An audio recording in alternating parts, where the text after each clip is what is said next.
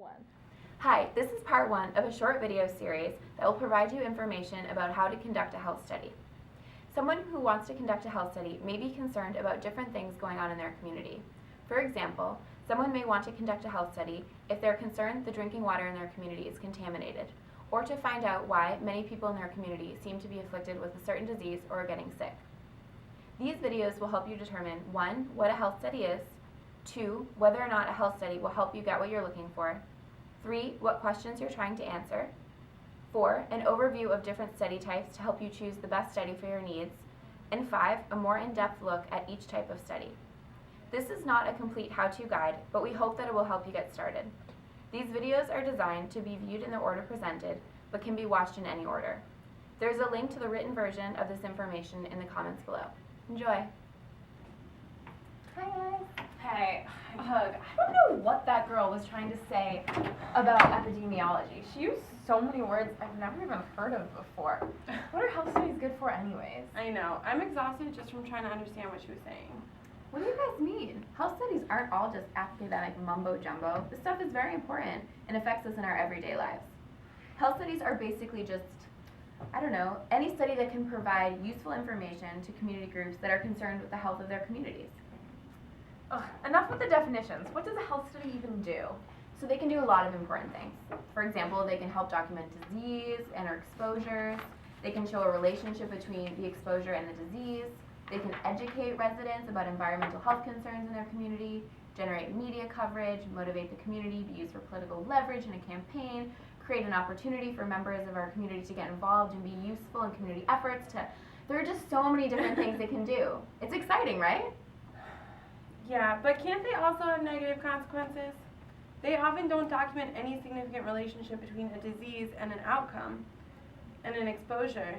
I heard about this one case where community members believed that smoke from a power plant was causing cancer in their community, but because the health study couldn't show anything, it ended up making their case worse.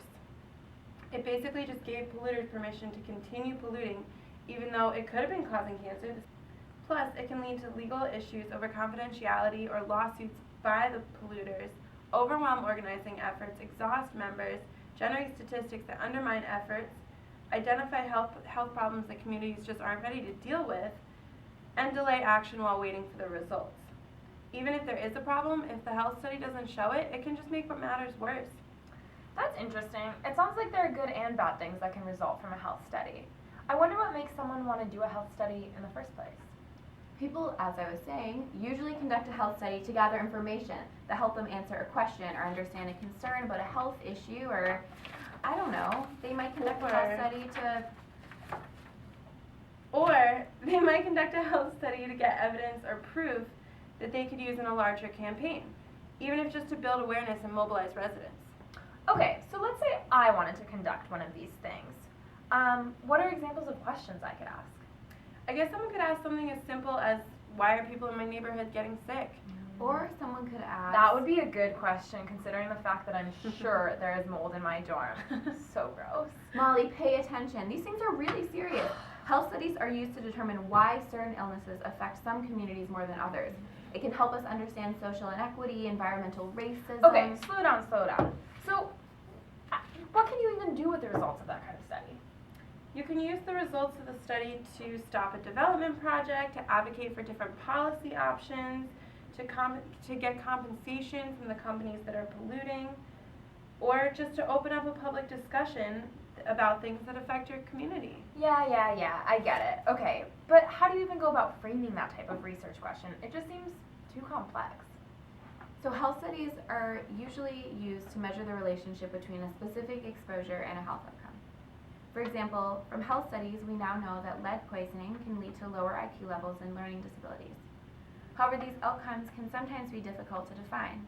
For example, even though the relationship between cigarette smoking and lung cancer is well known, some people who smoke cigarettes their whole lives will never develop lung cancer, and smoking is not the only cause of lung cancer itself. Some people who never smoked a cigarette will get the disease. What health studies have been able to show, though, is that smoking increases the probability that a person will get lung cancer. So most health studies are designed to detect the increased probability of a health outcome in a population. Yeah, but even though these kinds of studies can help detect an increased probability of something, a single study can rarely provide enough evidence to change scientific understanding. Scientists and policymakers are generally reluctant to draw conclusions just from one health study since science works on accumulated knowledge. Plus, even if scientific study were to prove something, science on its own doesn't change anything without a political or community organization working with that information to create change. Wow, okay, this conversation made me feel a lot better. I guess I didn't really understand that health studies can be used differently by scientists and by community leaders. I think it's so important to understand that while health studies answer a specific question and examine exposure and outcomes, they can also be used against you or a community. But because science builds on evidence, one study is rarely enough to make a conclusion. After all, science doesn't speak for itself. Yeah, I agree.